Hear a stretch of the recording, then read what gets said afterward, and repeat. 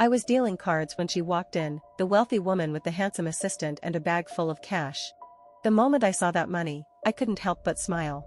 She joined our simple dice game, guess red or white, a clean 50-50 chance. Yet somehow, she kept guessing right and won a fortune every round. I knew exactly what kind of woman she was, a fraud who disguised herself as a shaman to rob the poor and desperate. 2 weeks earlier, she had bribed my dealer. Their signal couldn't have been simpler. One blink meant bet red. With that trick, she won every time. At this pace, she would empty my casino. I couldn't let that happen.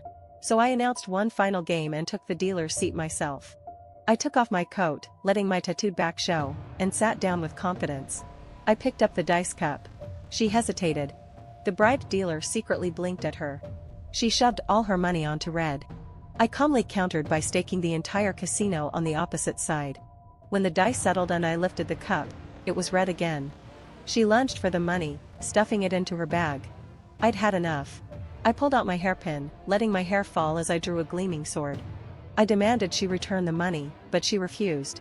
Right then, the police stormed in, shouting for my arrest. I brandished the sword, ready to fight. Gunfire erupted. I dropped to the floor, and the crowd panicked. Her assistant took a hit protecting her and told her to run.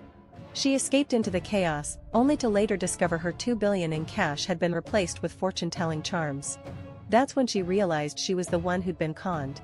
Back in the casino, I stood up without a scratch. The cop and the assistant joined me, both perfectly fine. We burst into laughter. The truth was simple, the three of us were accomplices.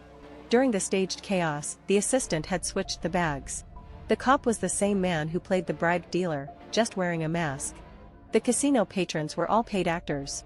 The entire night had been our setup, scammer scamming the scammer.